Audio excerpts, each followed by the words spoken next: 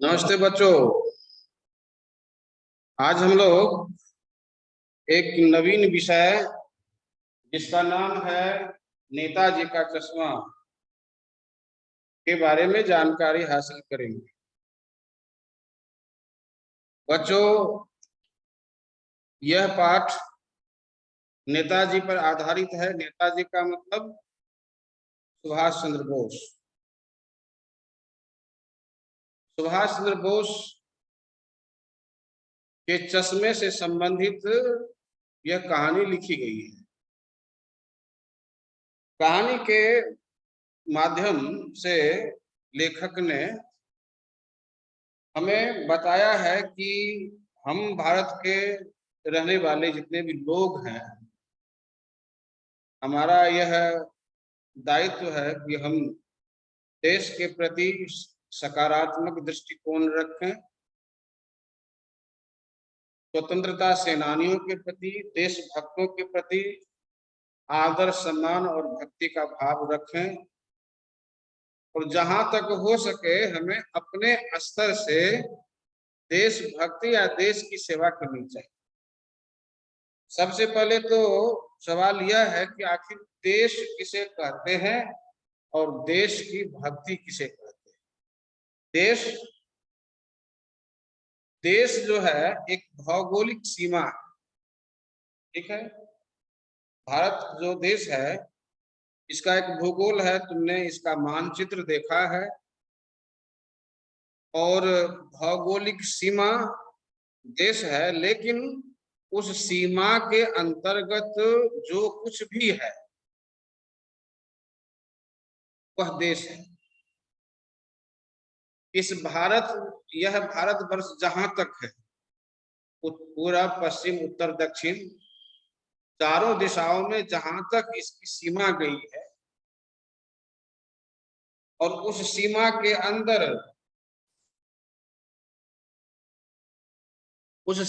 अंदर जो जो चीज है,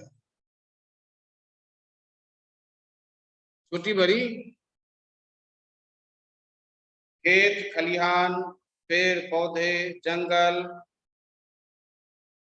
नदियां, पर्वत, सागर,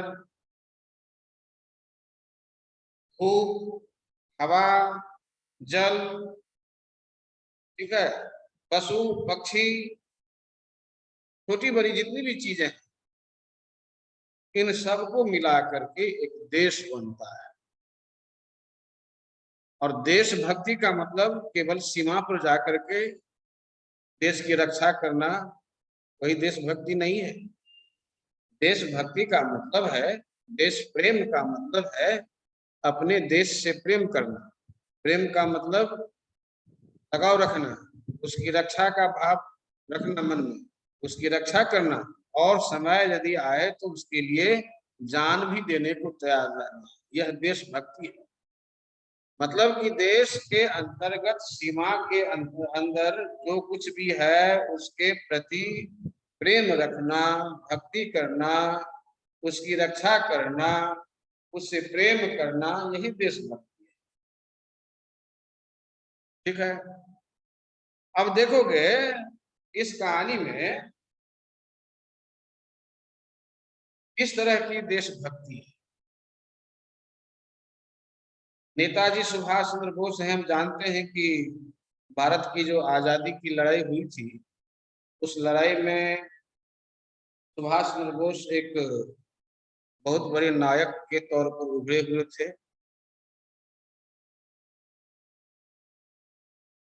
और ऐसे महापुरुष के प्रति सम्मान का भाव रखना, आदर का भाव रखना हमारा परम कर्तव्य है।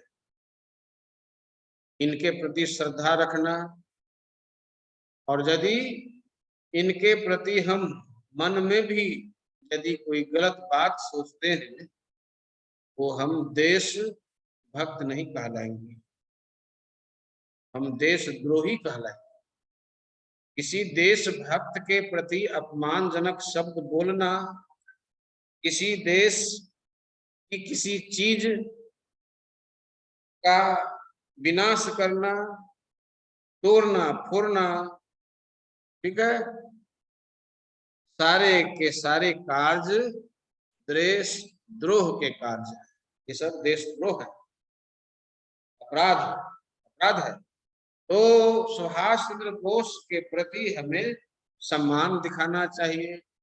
चाहे सुभाष चंद्र बोस से जुड़ी हुई कोई भी चीज भी यदि है, यहाँ चश्मे की बात कही गई, सुभाष चंद्र बोस का यदि एक चश्मा भी टूट गया, मूर्ति पर मान लो कहीं मूर्ति है सुभाष चंद्र बोस की, और यदि सुभाष चंद्र बोस का चश्मा टूट गया, तो उस टूटे हुए चश्मे को दुरुस्त कर देना,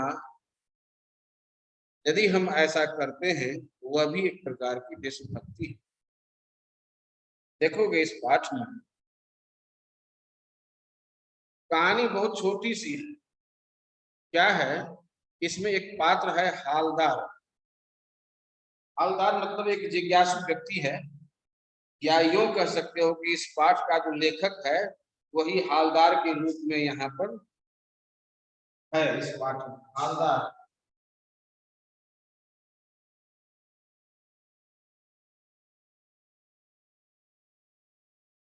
एक पात्र है। यह हालदार कौन है? एक जिज्ञासु व्यक्ति है, किसी कंपनी में काम करता है, और हर 15वें दिन पर वो कंपनी के काम से जीप से जाता है बाहर, ठीक है। लेकिन यह भी एक प्रकार का देशभक्त भक्त है, एक संवेदनशील व्यक्ति है, भावुक व्यक्ति है। हालदार जो है एक संवेदनशील व्यक्ति है, भावुक व्यक्ति है, देशभक्त है, ठीक है।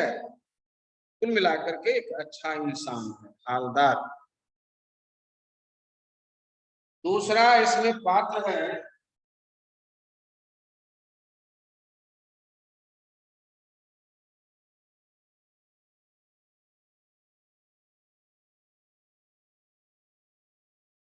कैप्टन चश्मे वाला।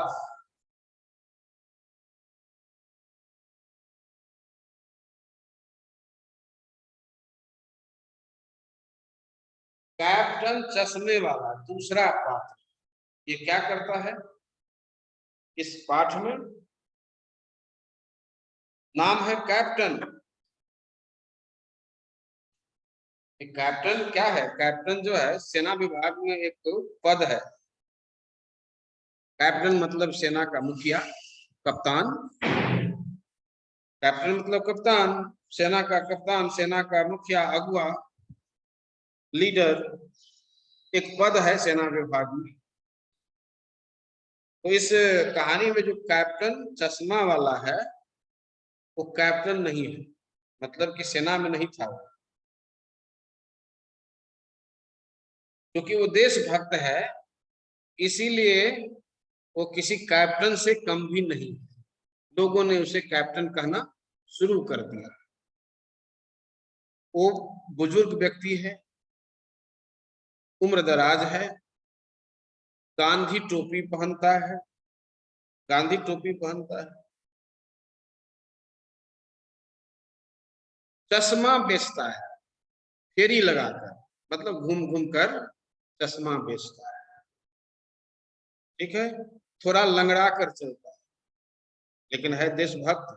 याद रखो, दो पात्र हुए देशभक्त, कैप्टन चश्मे वाला और हालदार। हालदार जो है वो कंपनी में काम करते हैं, नौकरी करते हैं। कैप्टन जो है वो चश्मा बेचने का काम करता है, इसलिए इसका नाम है कैप्टन चश्मे वाला, लेकिन इसका नाम है कैप्टन। तीसरा पात्र भी है पान वाला।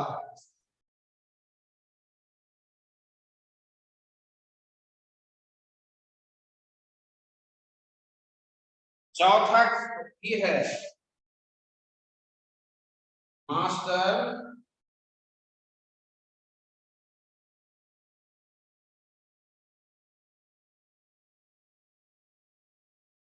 मास्टर मोतीलाल।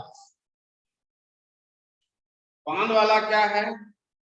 पान वाला मतलब पान की दुकान करता है। और पान वाले की चित्र रेखा क्या है? मतलब कि उसका फिजिकल शारीरिक उसकी रूपरेखा क्या है? तो इस पाठ में बताया गया है कि वह काला कलूटा है, पान बहुत खाता है। एक पान खत्म नहीं होता कि दूसरा पान मुंह में ठूस लेता है। पान खाते खाते उसके सारे दांत काले पड़ गए हैं। मोटा भी है, तोंद निकल आई है। तो जब हंसता है तो उसकी तोंद थिरकती है। कैप्टन के प्रति इसका इसकी जो सोच है शुरू शुरू में वो अच्छी नहीं है। पागल कहता है कैप्टन। कैप्टन के प्रति सम्मान का भाव नहीं है। पान वाले को जो है, पान वाले के मन में कैप्टन के प्रति सम्मान का भाव नहीं है। मतलब कि कैप्टन जो चश्मा बेच रहा है इस उम्र में, जिस उम्र में उसे बैठना चाहिए घर पर, भगवत भजन करना चाहिए, उस बेचारे को लाचारी ऐसी है, मजबूरी ऐसी है कि इस उम्र में भी फेरी लगाकर चश्मा बेचना पड़ता है। और ये पान वाला जो है इसकी दुकान है, बैठ करके पान बेचता रहता है। लेकिन कैप्टन के प्रति इसके मन में ऐसा भाव क्यों आया? इसका कारण है, पान वाले की जो दुकान है एक चौराहे पर दुकान है, और उसी चौराहे पर सुभाष चंद्र बोस की एक मूर्ति लगी हुई है। नगर पालिका के द्वारा सुभाष चंद्र बोस की एक मूर्ति लगा दी गई। देखो हमारे देश में चौक चौराहे पर मूर्ति क्यों लगाई जाती है, इसके पीछे क्या कारण? तुमने देखा होगा, कहीं भी चले जाओ चौक चौराहे पर, गया में ही देखो कि सैकड़ों मूर्तियां चौक चौराहे पर लगी हुई है। ऐसा क्यों होता है? इसके पीछे कारण क्या है? इसके पीछे कारण यही है कि मूर्ति प्रायः अच्छे लोगों की ही होती है, और अच्छे लोग समाज को कुछ शिक्षा देते हैं, सीख देते हैं। तो ऐसे लोगों से कुछ सीख मिले, पीढ़ियों को, नई पीढ़ियों को कुछ सीख मिले, अच्छा करने के लिए उसको कुछ, उसे कुछ प्रेरणा मिले, इसलिए चौक चौराहे पर ऐसे ऐसे महापुरुषों की मूर्तियां लगा दी जाती हैं। तो सुभाष चंद्र बोस की भी मूर्ति लगा दी गई है चौराहे पर, और उसी मूर्ति के आसपास उस पान वाले की भी दुकान है। ये जो मास्टर मोतीलाल है, यह हाई स्कूल का ड्राइंग टीचर है, शिक्षक, लेकिन है कलाकार। मूर्ति इसी ने बनाई, और मूर्ति बनाते समय पता नहीं क्या वजह है, पुस्तक में कोई खास वजह नहीं दी गई है। मूर्ति बनाते समय इसने सब कुछ तो अच्छा बना दिया, सुभाष चंद्र बोस की मूर्ति सुंदर बनाई, लेकिन उस मूर्ति पर चश्मा चढ़ाना भूल गया, या छूट गया, या उसे बनाने का समय नहीं मिला होगा, ऐसा भी हो सकता है। पूछा जाता है प्रश्न कि सुभाष चंद्र बोस की मूर्ति पर जो चश्मा नहीं बन सका, इसके पीछे क्या कारण हो सकते हैं, क्या क्या कारण हो सकते हैं, आप तर्क से बताइए। यही लिखोगे कि या तो मूर्ति बनाने वाले के पास माने समय नहीं मिला होगा, है कि नहीं, और चाहे क्या कहता है कि संगमरमर की मूर्ति बनी, मूर्ति तो संगमरमर की बनी थी, पत्थर की मूर्ति बनी थी, और पत्थर से पारदर्शी चश्मा बनाना ये तो पॉसिबल है नहीं, है कि नहीं? तो यह भी कारण हो सकता है। तो इस प्रकार से येन केन प्रकारेण मूर्ति पर चश्मा नहीं चढ़ सका, और बिना चश्मा के सुभाष चंद्र बोस की मूर्ति चौराहे पर लगा दी गई। यह भी ठीक नहीं है क्या? मतलब यदि सुभाष चंद्र बोस की मूर्ति पर चश्मा नहीं चढ़ सका तो इसका मतलब है कि सुभाष चंद्र बोस की मूर्ति अधूरी रहती, क्योंकि चश्मा पहनने पर सुभाष चंद्र बोस पूर्ण होंगे। अपने लाइफ में, जीवन में तो चश्मा भी पहनते थे। गांधी जी को लो, गांधी जी लाठी धारण करते हैं, उनका चश्मा एक अलग ढंग का होता है, घुटने तक धोती पहनते हैं, ठीक है, और बदन में देखोगे कुर्ता या शर्ट वगैरह कुछ नहीं पहनते। इस प्रकार की मूर्ति होती है गांधी जी की। और यदि इस मूर्ति में किसी चीज की कमी हो जाए, या मान लो लाठी ना उसमें लगा सका कोई, या चश्मा नहीं चढ़ा सका कोई, तो गांधी जी का अपमान होगा, है कि नहीं? और वो गांधी जी तो एकदम नहीं हो। इसी तरह से चश्मा उस पर छूट गया, और किसी को खराब लगे ना लगे, लेकिन कैप्टन चश्मे वाले को सुभाष चंद्र बोस की मूर्ति देखकर अच्छा नहीं लगता था, ठीक है। कैप्टन समझता था कि चश्मा न लगाने का मतलब है सुभाष चंद्र बोस का अपमान होना। इसलिए कैप्टन क्या करता था, तो प्रतिदिन वहां पर चौराहे पर जाता था, और उसके पास बहुत से चश्मे होते थे। उन चश्मों में से एक चश्मा सुभाष चंद्र बोस की मूर्ति पर जाकर चढ़ा देता था। तो दो कारणों से वो चश्मा लगाता था। सबसे पहला कारण कि सुभाष चंद्र बोस का सम्मान करना, चश्मा चढ़ाकर। और दूसरा कारण कि कोई भी ग्राहक यदि देखेगा कि इस चेहरे पर यह चश्मा कितना अच्छा लगता है, यदि किसी को जच गया, अच्छा लगा, तो तुरंत वो मांग बैठेगा कि हमें इसी तरह का चश्मा दो। तो इस तरह से यदि कोई ग्राहक मांग बैठता था कि हमें यही चश्मा चाहिए, तो वो क्या करता था कैप्टन, सुभाष चंद्र बोस की मूर्ति पर से चश्मा उतार करके, या उस तरह का चश्मा यदि उसके पास और भी होता था तो वो चश्मा दे देता था, ठीक है, या वही चश्मा दे देता था ग्राहक को, और फिर कोई दूसरा चश्मा उस पर चढ़ा देता था।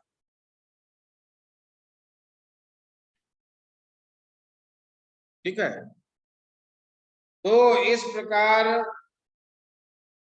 यहाँ पर हालदार साहब जो कंपनी में काम करते हैं, कैप्टन जो चश्मा बेचने का काम करता है, परंतु है देशभक्त। कैसे हम देशभक्त कहेंगे? एक तो गांधी टोपी पहनता है, दूसरी बात कि सुभाष चंद्र बोस की मूर्ति पर चश्मा चढ़ा देता है, तो इस तरह से हम देशभक्त कहेंगे। किसी भी देशभक्त के प्रति सम्मान का भाव रखना भी देशभक्ति है। किसी स्वतंत्रता सेनानी या किसी देशभक्त के प्रति हम सम्मान का भाव रखेंगे या सम्मान करेंगे, तो यह भी देशभक्ति ही है। इसलिए हम कैप्टन को देशभक्त कहेंगे।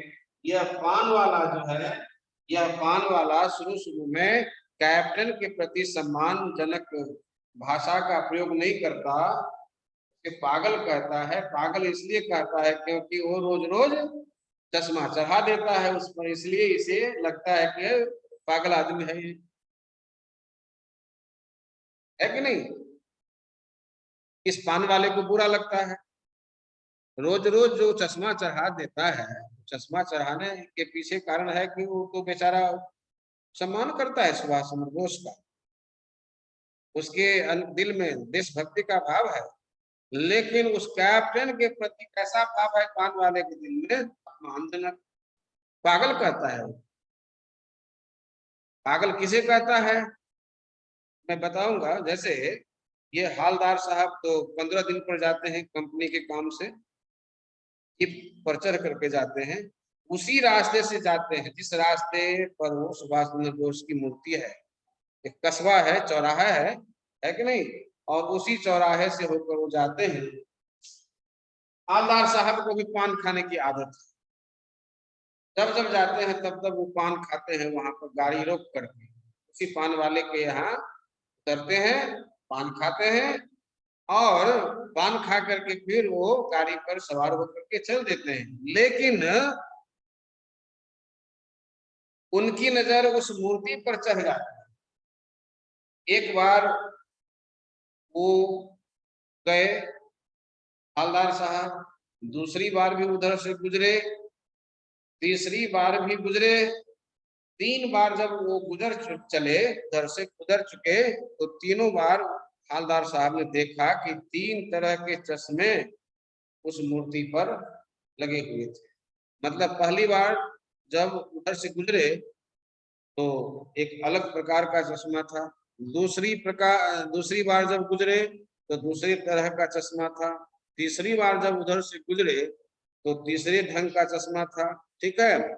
और जब इस चीज को उन्होंने देखा तो मन में सोचने लगे कि भाई बार बार यहाँ पर देखता हूँ कि चश्मा जो है बदल जाता है ना, तो आखिर इसको बदलता कौन है? वो जो कैप्टन था तो वहां चश्मा चढ़ा करके कुछ देर रुकता था, फिर चल देता था। जब उधर से गुजरते थे हालदार साहब तो कैप्टन वहां रहता नहीं था, तो फेरी वाला था, जहां तहां घूम करके वो बेचता रहता था चश्मा। तो संजोग से कैप्टन से भेंट मुलाकात नहीं होती थी हालदार साहब को, हाँ, लेकिन कैप्टन चढ़ा देता था, चश्मा बदल देता था। इस चीज को हर बार वो नोटिस करते थे, जानते थे। एक बार जिज्ञासा मन में आई तो पान वाले से पूछ बैठा, कहा कि भाई बताओ, यह मूर्ति जो है अपना कुछ भी नहीं बदल सकती, लेकिन चश्मा बदल लेती है, क्या बात है? मतलब कि मूर्ति का और कुछ भी नहीं बदलता, कपड़े नहीं बदलता, लेकिन मैं देखता हूं कि जितनी बार इधर से मैं गुजरता हूं हर बार चश्मा बदला हुआ रहता है। कौन चढ़ा देता है? तो कहा कि जो हुजूर, तो एक कैप्टन है चश्मा वाला, वही इस पर चश्मा चढ़ा देता। पान खाकर के वो चलते बने, फिर गुजरे 15 दिन के बाद, तो फिर गाड़ी उनकी रुकी और उन्होंने पान खाया। पूछा कि भाई बताओ कि आखिर यह कैप्टन है कौन? क्या ये सुभाष चंद्र बोस का साथी वगैरह तो नहीं है? हो सकता है कि सुभाष, तुमने कहा कि कैप्टन नाम का कोई व्यक्ति है जो चश्मा चढ़ा देता है, मुझे लगता है कि शायद हो सकता है कि सुभाष चंद्र बोस का साथी रहा हो और इस तरह का वो सम्मानजनक कार्य करता हो। पूछा कि या तो सुभाष चंद्र बोस का साथी होगा या कहीं फौज वगैरह में होगा, इसलिए इसका नाम कैप्टन रख गया, पड़ गया। पान वाले ने कहा कि हुजूर, वो फौज में क्या जाएगा, वो तो लंगड़ा है, बूढ़ा हो गया है, और यदि आपको विशेष जानकारी प्राप्त करनी हो तो देखिए वो आ भी रहा है।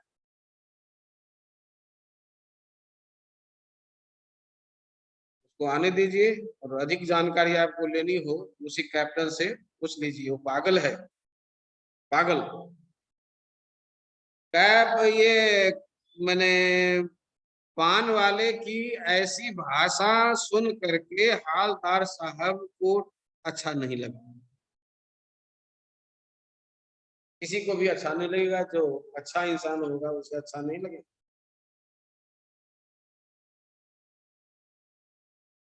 मूर्ति पर चश्मा चढ़ाना पान वाले को बकवास लगता था, और उस कैप्टन के प्रति पान वाले की जैसी भाषा थी, अपमानजनक भाषा, उसे सुन करके हालदार साहब को अच्छा नहीं लगा, है ना। और मन ही मन सोचने लगे, देखो देश पर अपनी जान लुटाने वाला व्यक्ति या देशभक्ति करने वाला व्यक्ति, जो देशभक्त है, उसके प्रति या उसका मजाक देश के लोग उड़ाते हैं, पता नहीं आगे चल करके इस देश का क्या होगा, है कि नहीं। हालदार साहब सोचने लगे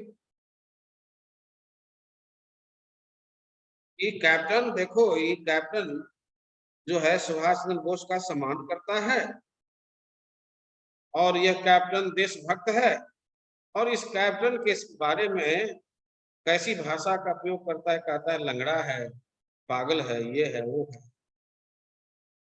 हालदार साहब को अच्छा नहीं लगा, और इस तरह से निराशा मन में हुई, बहुत दुखी हुए।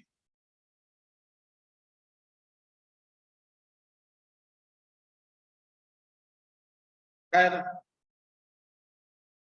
पान खा करके वो चलते बने। फिर 15वें दिन के बाद हालदार साहब पहुंच गए, कंपनी के काम से जाना था, पान खाने की आदत थी, इसलिए आदतन वहां पर रुक गए। ड्राइवर से कहा गाड़ी रोको, पान खाने के लिए गाड़ी से उतरे, पान खाया, और उस दिन क्या देखा कि उस मूर्ति पर चश्मा है ही नहीं।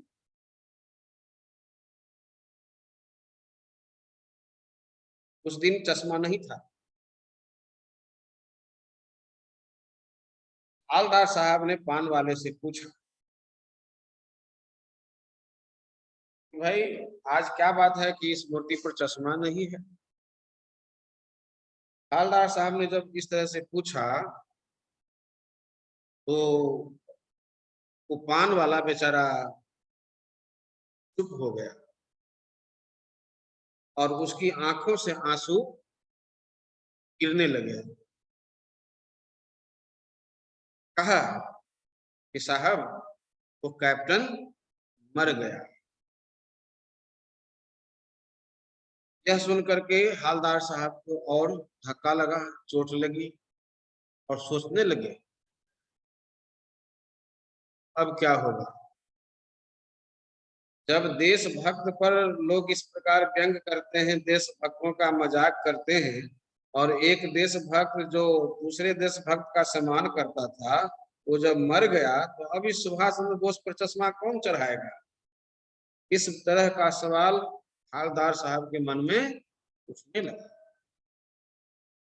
बेचारे उदास होकर के वहां से हालदार साहब चलते बने। फिर 15वें दिनों के बाद उनको उधर से गुजरना था, गाड़ी पर सवार हुए, चले, और निश्चय कर लिया कि अब जो है आज उस चौराहे पर वो नहीं रुकेंगे, पान भी नहीं खाएंगे, और उस मूर्ति को भी नहीं देखेंगे। क्यों? क्योंकि देखने लायक अब वो मूर्ति रही नहीं, है कि नहीं।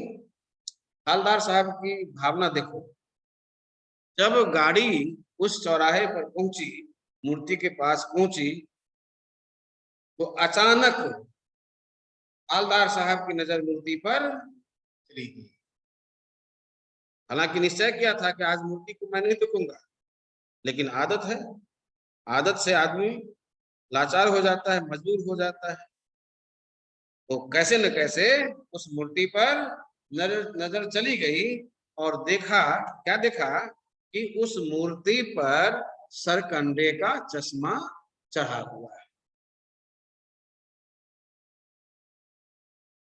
उस चश्मे को देखकर हालदार साहब बहुत भावुक सोचने लगे कि चलो, मन में एक उम्मीद जगी, एक आशा का संचार हुआ। सोचने लगे कि चलो सरकंडे का चश्मा ही सही, लेकिन किसी ने चढ़ा तो दिया। और यह चश्मा कैसा है? खिलौने वाला चश्मा है। निश्चित तौर पर छोटे छोटे बच्चे बनाए होंगे, और बच्चे उन्होंने देखा होगा कैप्टन को रोज रोज चश्मा चढ़ाते देखा होगा। और जब कैप्टन मर गया तब बच्चों ने इस काम को जारी रखना शुरू किया। बच्चों को भी बुरा लगा होगा, इसलिए कम से कम देखा देखी ही सही, सरकंडे का चश्मा ही सही, चढ़ा तो दिया। तो इस प्रकार से एक उम्मीद जगी कि चलो कम से कम आज भी हमारे देश में देशभक्त हैं। हम यह नहीं कह सकते कि हमारा देश देशभक्तों से खाली है। देखो बच्चों, प्रत्येक समय में, प्रत्येक युग में अच्छे बुरे लोग होते हैं। अंतर होता है थोड़ा, कभी अच्छाई अधिक होती है, कभी बुराई अधिक होती है कि नहीं? लेकिन अनुपात तो दोनों का रहता ही है, कम बेसी। आज भी हमारे देश में अच्छे लोग हैं। अच्छे लोग इसलिए हैं क्योंकि हमारा देश चल रहा है ठीक ठाक।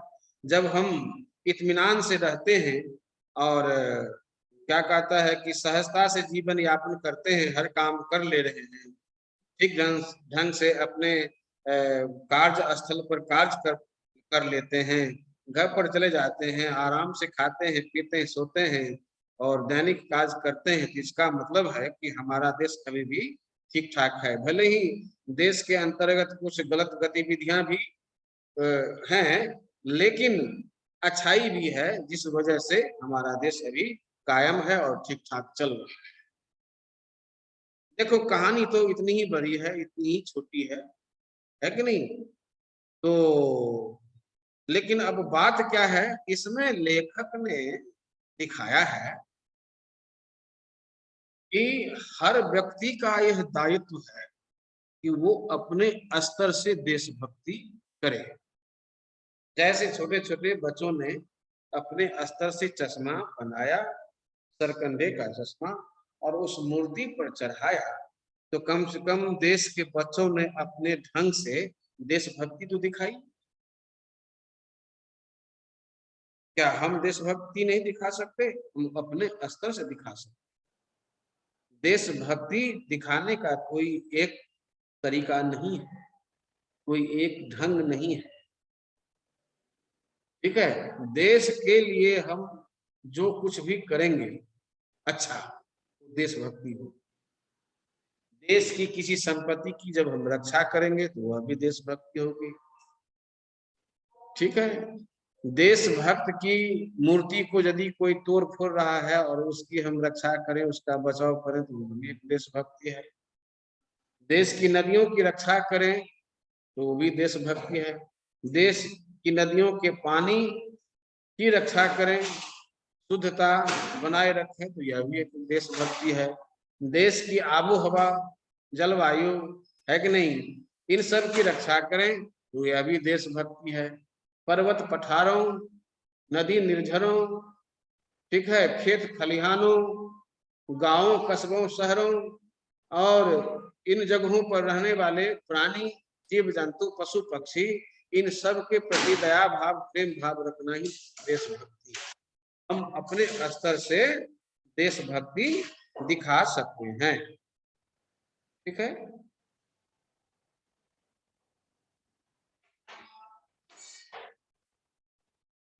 तो कुल मिलाकर के हमने देखा कि लेखक स्वयं प्रकाश के द्वारा लिखी गई यह कहानी एक देशभक्ति की सीख देने वाली कहानी है, और लेखक का नाम है स्वयं प्रकाश।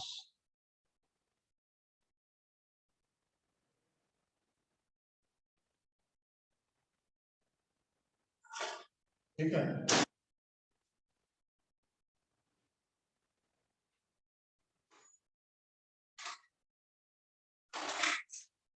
किसी भी कहानी में जितने भी पात्र होते हैं उन पात्रों की जानकारी जरूर रखो, क्योंकि उस कहानी में पात्र का चरित्र चित्रण होता है। इस कहानी में भी हालदार का एक चरित्र है, कैप्टन का चरित्र है, पान वाले का चरित्र है, मास्टर मोतीलाल का में चरित्र है। ठीक है। मास्टर मोतीलाल का कोई खास इसमें नहीं है, इसमें यही दिखाया गया है कि सुभाष चंद्र बोस की जो मूर्ति है इसने ही मूर्ति बनाई थी और उस मूर्ति के नीचे लिखा हुआ है मास्टर मूर्तिकार मास्टर मोतीलाल। ठीक है। और पान वाला जो है शुरू शुरू में तो कैप्टन के प्रति अच्छा दृष्टिकोण नहीं रखता था, लेकिन बाद में जब वो मर जाता है तो उसकी भी आंखों से आंसू गिरने लगते हैं। इसका मतलब कि वह भी एक संवेदनशील प्राणी है कि नहीं? उसमें भी इंसानियत है, मानवता है। और हमारे समाज में रहने वाला जो भी भला बुरा आदमी होता है, जब चला जाता है तो चले जाने के बाद जरूर कभी न कभी किसी न किसी रूप में उसके प्रति आह जरूर निकलती है। ठीक है। और वैसे कैप्टन के प्रति आह निकलना तो स्वाभाविक है, होना ही चाहिए, क्योंकि कैप्टन तो खराब चरित्र वाला व्यक्ति है नहीं, बड़ा ही अच्छा चरित्र यहाँ दिखाया गया है कैप्टन का। बुढ़ापे में बेचारा मेहनत करता है, चश्मा बेचता है ना, और देशभक्ति का जज्बा उसके दिलों में है। तो इस प्रकार से वो एक अच्छा इंसान है। इसलिए ऐसे इंसान के चले जाने के बाद भला किसे बुरा नहीं लगेगा, किसे दुख नहीं होगा, है कि नहीं? तो कैप्टन के चले जाने से हालदार साहब को दुखी हुए ही और पान वाला भी दुखी होता है।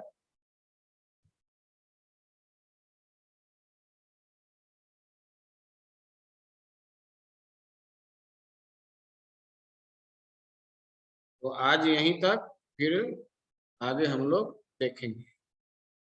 ओके।